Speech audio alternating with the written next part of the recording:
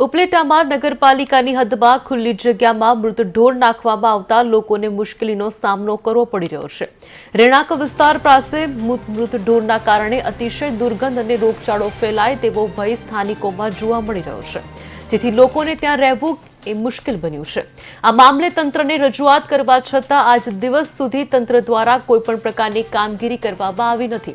ત્યારે ઢોરના નિકાલ બાબતે સ્થાનિકો દ્વારા નગરપાલિકાને આવેદનપત્ર આપીને રજૂઆત કરવામાં આવી છે। તારીખ 6 ડિસેમ્બર 2024 ના રોજ ઉપલેટા ખાતે નગરપાલિકામાં અમે આવેદન કરવામાં આવ્યા છીએ। લેખિતમાં ફરિયાદ પણ છે, મૌખિકમાં પણ ફરિયાદ અમે કરવા આવ્યા હતા। ચીફ ઓફિસર સાહેબને ખબર થતા તે જગ્યા મૂકીને ચાલ્યા ગયા ને આ ફરિયાદ ઘણા સમયથી ચાલે છે ને ઘણા વર્ષોથી સ્થાનિક લોકોની ચાલી રહી છે।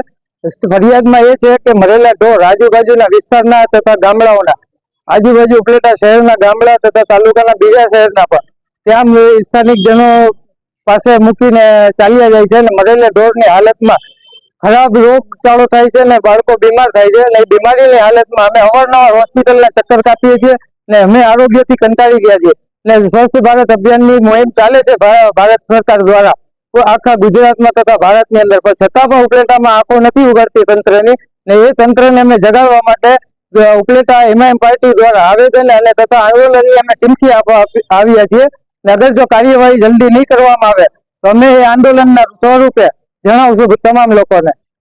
હું ઇમરાનભાઈ ઇકબાલ પીરજાદા, એમઆઈએમ પાર્ટી શહેર પ્રમુખ ઉપલેટા। હું ખ્વાજાનગર વોર્ડ નંબર 9 નો રહેવાસી છું અને અમારા વિસ્તારમાં ઉપલેટા શહેરના તમામ મરેલા ઢોરો ફેંકવામાં આવે છે ને તેના કારણે ખૂબ જ ગંદકી તથા દુર્ગંધ ફેલાઈ રહી છે ને લોકોમાં રોગચાળો ફેલાઈ રહ્યો છે।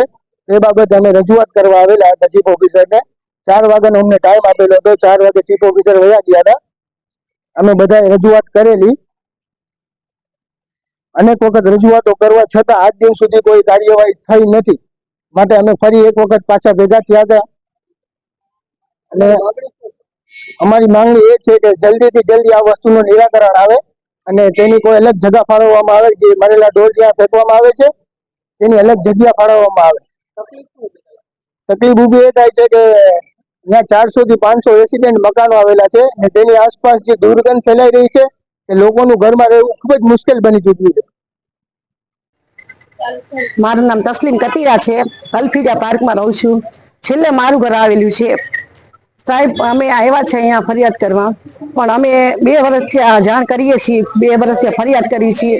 અમે વિડિયા ઉતારેલા છે, વિડિયા ઉતારી અને અમે દેખાડવા આવ્યા છે અને અમે આવતા વર્ષે પણ દેખાડવા આવ્યા હતા, પણ અમારી ફરિયાદ કોઈ લીધેલ નથી, બરાબર। એના કારણે અમે બધા હેરાન થાય છીએ અને એના કારણે અમારા લેડીઝો જેન્ટ્સ કામ મૂકી છોડીને આવ્યા છે, પણ તમે કોઈ અમને મદદ કરવા તૈયાર નથી। પણ હવે અમે બધા પાછા આવ્યા છીએ આવતા વર્ષે, પણ અમારા નાના નાના છોકરા કે મોટી ઉંમરના એ ગંદકીથી બધા બીમાર થાય છે અને હવે અમે ફરિયાદ કરેલી હતી, કેટલાને રોકેલ પણ છે, અહીંયાથી રોજ જાય છે, અમારા ઘર પાસેથી નીકળે છે, એ લોકોને અમે રોકેલ છે પણ કોઈ રોકાતું નથી અને આ લોકો પણ કાંઈ અમારી મદદ કરતા નથી। એ બાને અમે આવ્યા છે। તકલીફ એ છે કે મરેલા ઢોર જેટલા ઉપલેટામાં મળે છે કે આજુબાજુના ગામડામાં મળે છે, અમારા ઘર પાસે નાખી જાય છે અને અમે ફરિયાદ કરીએ છીએ અને બહુ જ વાસ આવે છે, ગંદકી આવે છે। એના હિસાબે અમારા નાના નાના છોકરા બહુ જ બીમાર થાય છે અને મોટા ઉંમરના પણ એને સ્વાસ્થ્યની તકલીફ થઈ જાય છે। તો અમે જાણ કરવા આવ્યા છે કે એનો તમે નિકાલ કરો, બરાબર છે, પણ હવે તમારે કાંઈ કરવું નથી તો અમે આગળ વધીએ કે શું?